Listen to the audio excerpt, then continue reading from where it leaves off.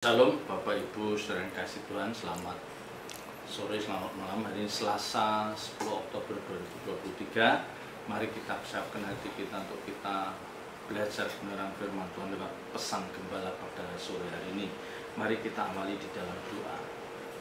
Segala puji hormat syukur kami akan kehadirat-Mu, Bapa yang kami sembah, kami agungkan dalam nama Tuhan Yesus Kristus.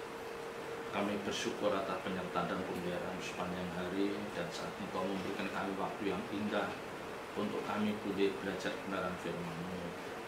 Urapi hamba-Mu, taruh perkataan dalam mulut bibir hamba-Mu, supaya apa yang hamba-Mu sampaikan yang akan menjadi berkat bagi banyak orang. Di dalam nama Tuhan Yesus Kristus kami berdoa dan ucap syukur. Haleluya. Amin. Bapak Ibu Saudara yang dikasih Tuhan, sebagai orang percaya yang tentunya sudah bertahun-tahun atau berpuluh tahun kita menjadi orang percaya, seharusnya kita memiliki pemahaman yang makin lengkap, ya, makin lengkap, sehingga setiap kita belajar kebenaran firman Tuhan, kita bisa menangkap maksud dari penulis Alkitab itu, ya. Pengenalan akan Tuhan, pengenalan akan Allah yang lengkap itu akan menentukan sikap kita, respon kita dalam setiap menghadapi persoalan hidup. Ya, banyak orang salah memiliki pemahaman tentang Allah. Ya, banyak orang yang salah. Mereka hanya memahami ya bahwa Allah itu sosok yang penuh kasih, penuh belas kasihan, murah hati, ya, panjang sabar, ya. Seringkali orang percaya hanya sebatas itu memiliki pemahaman tentang Allah, padahal itu kurang lengkap, ya, kurang lengkap, ya. Jadi ketika orang percaya tidak memiliki pemahaman yang lengkap, jangankan tentang Allah yang memang itu tidak mudah, memiliki pemahaman yang lengkap tentang orang tuanya saja kadang-kadang tidak paham, tidak memiliki pemahaman yang lengkap. Ya, jadi mereka menganggap bahwa orang tua yang baik itu orang tua yang selalu menurutin keinginan anaknya, orang tua yang selalu membuat anaknya sukacita, ya, mengajak jalan-jalan, tidak pernah marah, tidak pernah menghukum. Nah, ini kan cara pandang tentang orang tua dari perspektif yang salah, ya. Tentu yang memiliki cara pandang seperti ini adalah orang yang masih anak-anak, ya, yang belum dewasa. Dia menganggap bahwa orang tuanya seperti itu.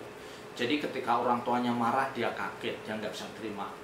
Ya, ketika orang tuanya mendisiplin anaknya, ya, memberi hukuman, dia tidak siap. Karena di dalam benaknya bahwa orang tua yang baik itu tidak menghukum, tidak boleh marah. Ya, itu salah. Sama dengan kita orang percaya.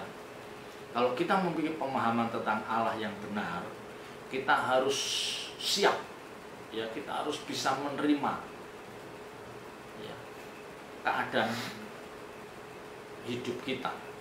Ya, jangan ketika kita diizinkan masuk dalam masa yang sulit, masa pencobaan yang berat, kita bersungut-sungut, ya, seperti kita marah terhadap Tuhan, ya, terhadap Allah. Itu orang yang tidak dewasa.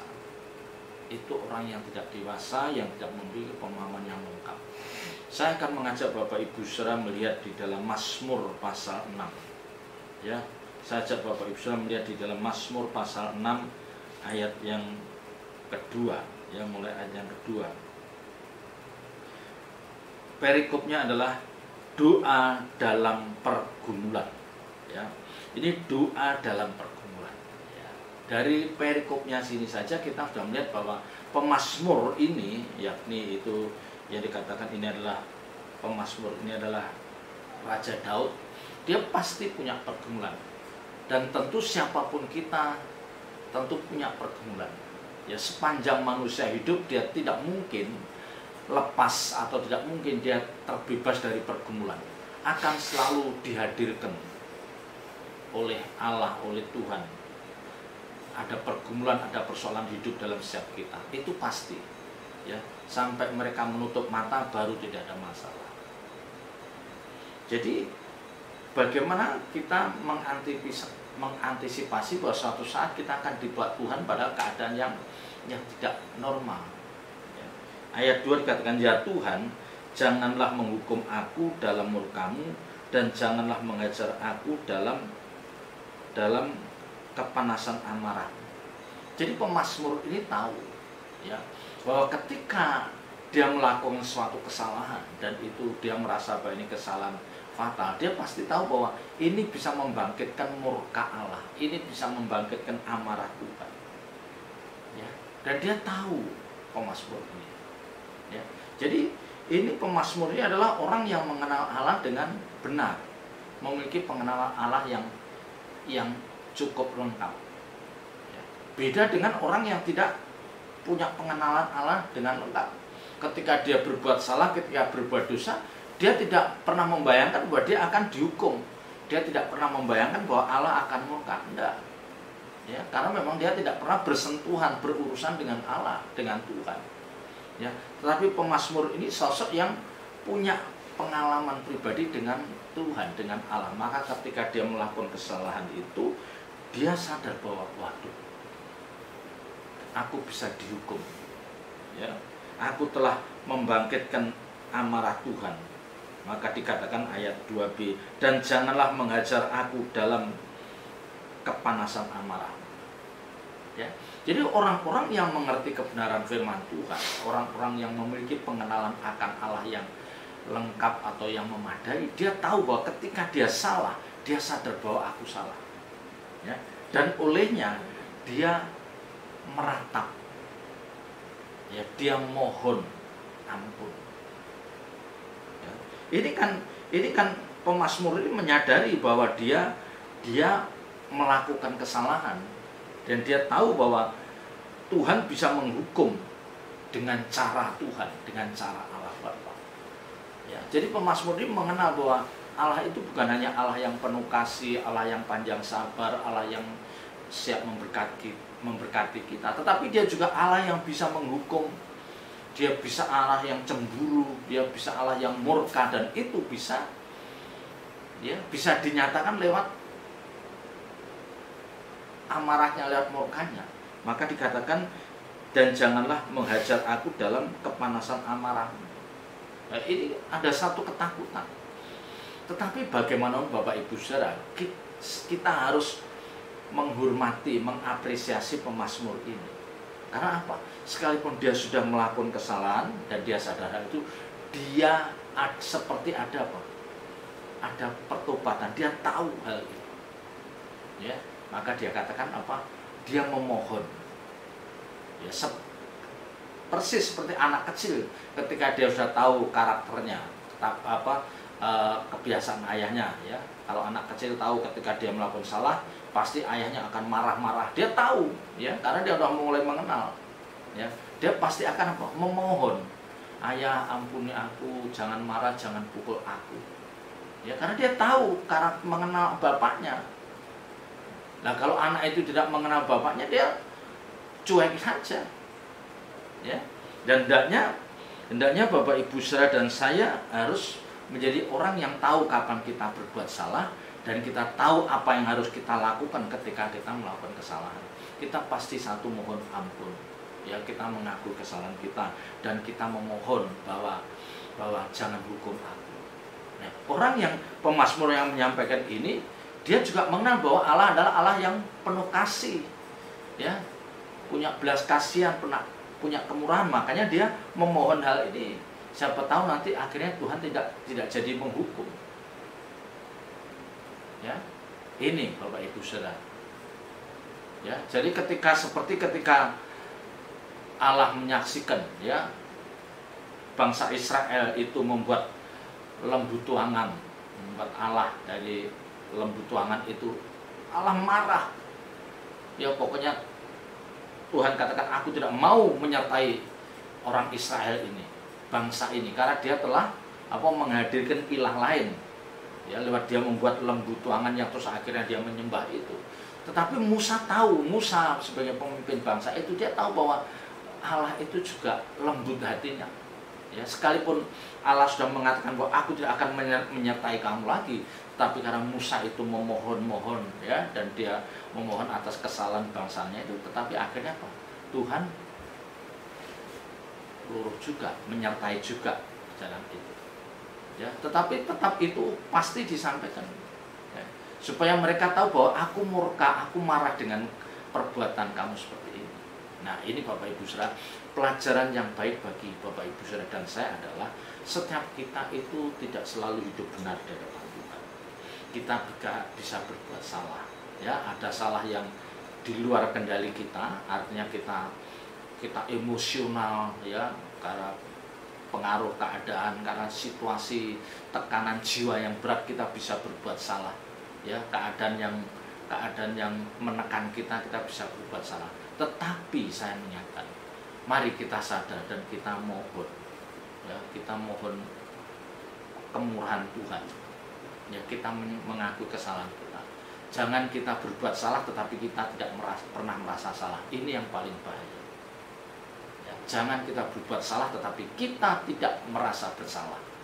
Baik kita memperlakukan pasangan hidup kita, ya, kan mungkin memperlakukan suami kita karena suami kita sudah tidak berdaya dalam banyak hal, ya, terus kita seenaknya, ya, kita memperlakukan orang tua kita karena merasa sudah orang tua tidak punya kontribusi lagi dalam hidupnya, atau memperlakukan mertua, ya jangan, ya, ini pelajaran yang baik bagi kita. Ya, yang ayat ketiga, kasihanilah aku Tuhan sebab aku merana, sembuhkanlah aku Tuhan sebab tulang-tulangku gemetar dan jiwaku pun sangat terkejut, tetapi Engkau Tuhan berapa lama lagi? Nah, ini pemazmur ini selain dia ketakutan akan kesalahan yang telah diperbuat, pemazmur ini juga mengatakan bahwa dia juga mohon kesembuhan untuk sakit fisiknya. Ya, sampai itu dia juga tetap memohon sakit fisiknya, dan dia berani mengucapkan, menyampaikan hal ini. Jadi sekalipun dia dalam keadaan, ya, dalam kondisi melakukan perbuatan yang salah terhadap Tuhan, terhadap Allah, tapi di satu sisi dia tetap berani memohon pertolongan. Dia tetap berani menghampiri tata suci. Ya, ada orang-orang yang ketika dia berbuat salah dia malas bertemu Tuhan. Ya, karena apa? Dalam bayangan itu Tuhan itu sosok yang kejam, yang bisanya hanya menghukum. Nah, ini yang salah. Ya, kita harus ingat bahwa Tuhan juga adalah sosok yang penuh belas kasihan ketika umatnya itu mengakui kesalahannya. Ya, Tuhan ingin melihat pertobatan dari orang itu. Ya, ayat 5. Kembalilah pula Tuhan, luputkanlah jiwaku, selamatkanlah aku oleh karena kasih setiamu. Ya, jadi ini di kalimat yang terakhir, selamatkanlah aku oleh karena kasih setiamu. Jadi pemazmur ini tetap di balik ketakutan yang menyelimuti hidupnya, yang menyelimuti bayangannya, karena memang dia mungkin berbuat salah, dia tetap yakin bahwa Allah adalah Allah yang penuh kasih. Ya, selamatkanlah aku oleh karena kasih setiamu. Ya, mari Bapak Ibu Saudara, kita memiliki pengenalan yang benar akan Allah yang kita sembah, memiliki pengenalan yang lengkap akan Tuhan yang menuntun jalan hidup kita. Ya, memang kita akan bisa berbuat salah, tetapi dia juga adalah Allah yang penuh kasih, Tuhan yang penuh belas kasihan.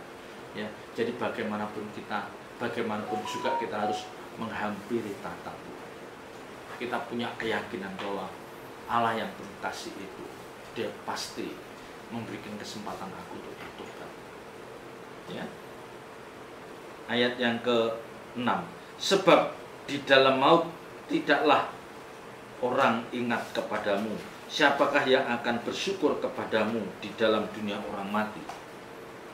Ya, sebab di dalam maut tidaklah orang ingat kepadamu, siapakah yang akan bersyukur kepadamu di dalam dunia orang mati?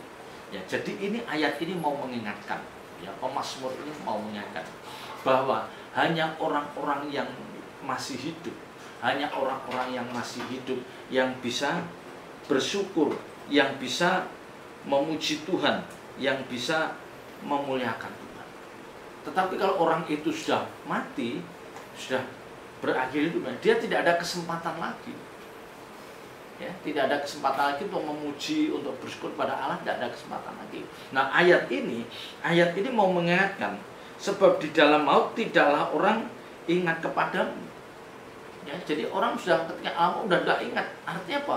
Kebaikan Tuhan udah nggak ingat. Ya, karena kita udah dideterminasi, dihentikan. Ya, hidup kita udah selesai. Ya, ingatan masa lalu kita sudah hilang. Yang ada hanya penghakiman. Ya, kita hanya menghadapi penghakiman. Olehnya pemazmur ini katakan, siapakah yang akan bersyukur kepadamu di dalam dunia orang mati. Jadi ketika kita masih hidup, ketika kita masih ada di dunia ini, kita diberikan kesempatan untuk kita bersyukur, untuk kita memuji Tuhan. Ya, jadi ini mengingatkan, ya, kita diingatkan. Kalau nanti kita sudah nggak ada, kita sudah nggak ada kesempatan memuji Tuhan. Hanya orang-orang yang masih hidup, hanya orang-orang yang masih sehat secara jasmani, secara rohani, yang itu bisa memuji Tuhan, yang itu bisa bersyukur, yang itu bisa membalas cinta kasih Tuhan. Nah, olehnya sebelum kita masuk dalam kondisi seperti itu, marilah kita membangkitkan.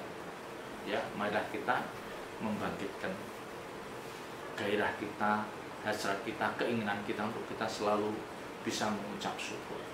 Kita bisa mengagungkan, menyembah, ya, memuji Dia. Karena ada saatnya nanti kita tidak ada kesempatan untuk melakukan hal itu. Ya, jadi ini dikatakan, yang dikatakan doa dalam pergumulan. Ya, jadi memang kita ada akan pergumulan, tetapi tetap kita juga ada kesempatan untuk memuji, bersyukur, dan memuliakan Tuhan. Ayat 7. Lesu aku karena mengeluh, setiap malam aku menggenangi tempat tidurku, dengan air mataku membanjiri ranjangku. Nah, ini ayat 7 ini menunjukkan betapa dia itu sangat menyesal atas apa yang dia lakukan. Ini menunjukkan bahwa orang ini benar-benar bertobat. Ya, dia mengaku segala kesalahan sampai dikatakan air mataku akan membanjiri ranjangku. Ya, saking hebat keluhannya, ratapannya, sampai diibaratkan air matanya itu membasahi tempat tidurnya ranjang. Ya, ini berbicara tentang apa? Inilah pertobatan yang memang keluar dari hati yang tulus. Ya, ini pertobatan yang benar. Ya, dan Bapak Ibu Saudara dan saya harus bisa melakukan hal ini. Kita tidak mungkin akan bertobat dengan pura-pura, karena Tuhan akan tahu. Ya, Tuhan akan tahu sikap hati kita. Tuhan akan tahu hal itu. Ya, maka kalau kita pernah melakukan kesalahan, ya, kita melakukan kekeliruan, kecerobohan, kita benar-benar mengakui kesalahan, kita bertobat dengan sikap hati yang benar. Ya, di balik pertobatan itu kita ada komitmen untuk kita hidup benar di hadapan Tuhan. Ya. Ayat 8. Mataku mengidap karena sakit hati, rabun karena semua lawanku. Ya. Ini menunjukkan bagaimana dia menghadapi pergumulan yang berat. Ya, dia melihat bahwa tantangan itu semakin berat. Rabun karena semua lawanku. Ya, ini lawan ini bisa berbicara lawan secara jasmani, tapi ini juga bisa berbicara tentang pergumulan hidup yang berat. Ya, karena perikopnya dikatakan doa dalam pergumulan. Jadi seringkali kita melihat bahwa sepertinya masa depan kita itu gelap. Ya, pergumulan kita, tanggung jawab kita terlalu berat, dan seringkali kita tidak merasa mampu mengatasi hal ini. Tetapi yang saya ingatkan, kita harus tetap percaya bahwa Allah itu adalah Allah yang penuh kasih. Ya, Dia tidak pernah meninggalkan anak-anaknya yang mempercayai Dia. Nah, ini yang penting. Ya, maka yang tadi saya katakan, seberapa dalamkah kita pernah jatuh dalam dosa, mari kita tetap kembali pada Tuhan. Ya. seberapa beratnya kita melakukan pelanggaran, tetap kita kembali kepada Tuhan. Ya, karena Dia Allah yang penuh kasih. Ya, kita mohon belas kasih dan kemurahan-Nya. Ya, Tuhan Allah bukanlah sosok yang kejam, yang suka menghukum umatnya, bukan. Ya, bukan sosok yang suka menghukum umatnya. Bahkan ketika ada umatnya yang berjalan menuju kebinasaan, Tuhan pun tidak menghendaki hal itu terjadi. Tuhan juga seperti tersayat hatinya kalau melihat umatnya itu berjalan menuju kebinasaan. Nah, ini yang harus kita pegang. Ya, jadi Tuhan itu tidak menginginkan seorang pun binasa. 2 Petrus 3 katakan.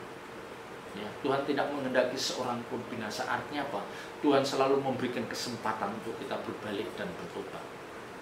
Ya, yang beberapa kali saya katakan, yang sering kali itu kita tidak tahu kapan kita salah. Itu yang menyedihkan. Ya, ini yang membahayakan. Kita tidak tahu kapan kita salah. Kita merasa kita sudah rendah hati, kita merasa kita sudah murah hati, kita merasa kita sudah rohani. Padahal orang lain menilai bahwa kita orang yang pendendam. Ya, kita orang yang mulutnya jahat. Kita orang yang suka menyimpan kesalahan orang lain. Ya, itu harus kita akui. Ya, kita harus berani menilai diri kita secara jujur.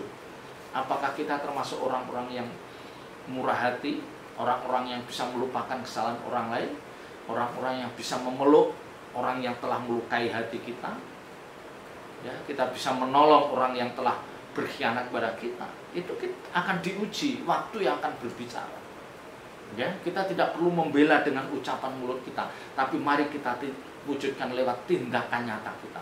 Bahwa sekalipun aku pernah dirugikan, aku pernah disakiti, tapi aku tetap bisa menolong orang ini dengan tulus. Aku bisa melupakan orang ini dengan tulus. Aku bisa memeluk orang ini. Ya, itu harus kita buktikan. Ya. Ayat 9. Menjauhlah daripadaku kamu sekalian yang melakukan kejahatan, sebab Tuhan telah mendengar tangisku. Ya. Nah, ini terhadap orang-orang yang mungkin ada orang-orang sekitar kita yang dia orang yang tidak punya pengenalan akan Allah dengan baik. Dia selalu membangkitkan dosa dan kesalahan kita masa lalu. Ya, ini yang seringkali saya katakan ada orang-orang yang dipakai kuasa kegelapan, dipakai selalu apa? Membangkitkan kesalahan masa lalu orang itu. Padahal apa? Tuhan telah mendengar tangisku, Tuhan telah mendengar bahwa aku telah bertobat, aku sudah menyesal. Jadi kamu tidak usah membangkitkan masa lalu yang buruk. Ingat, jangan kita membangkitkan kesalahan-kesalahan orang lain masa lalu, jangan. Ya, kita tidak berhak menghakimi. Tuhan saja bisa melupakan, Tuhan saja bisa mengampuni. Siapa kita?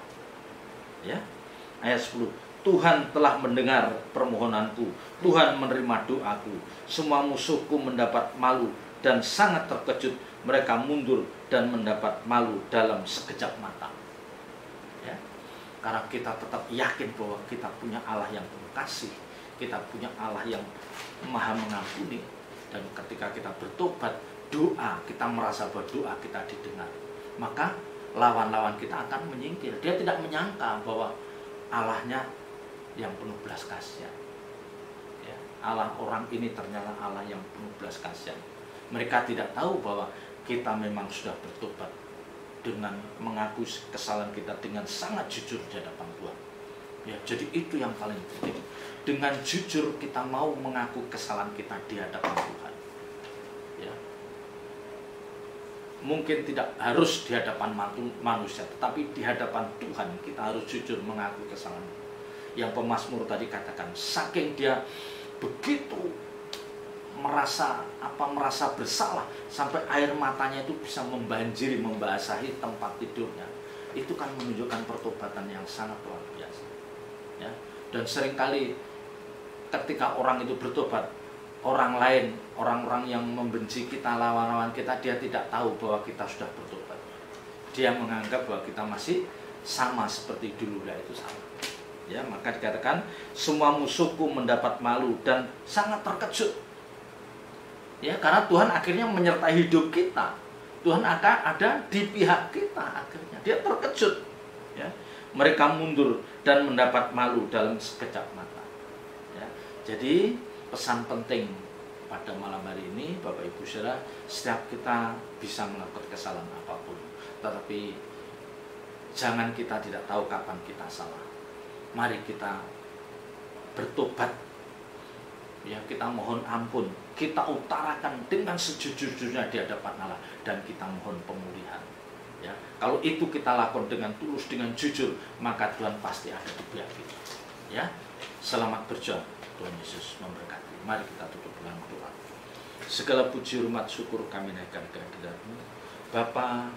Kiranya kebenaran ini menjadi berkat bagi banyak orang, dan Engkau memberkati setiap kami, anak-anak-Mu yang mendengar kebenaran ini. Mereka akan makin didewasakan rohaninya, dan mereka akan semakin memiliki pengenalan yang benar akan Engkau. Dalam nama Tuhan Yesus Kristus kami berdoa, ucap syukur. Haleluya. Amin.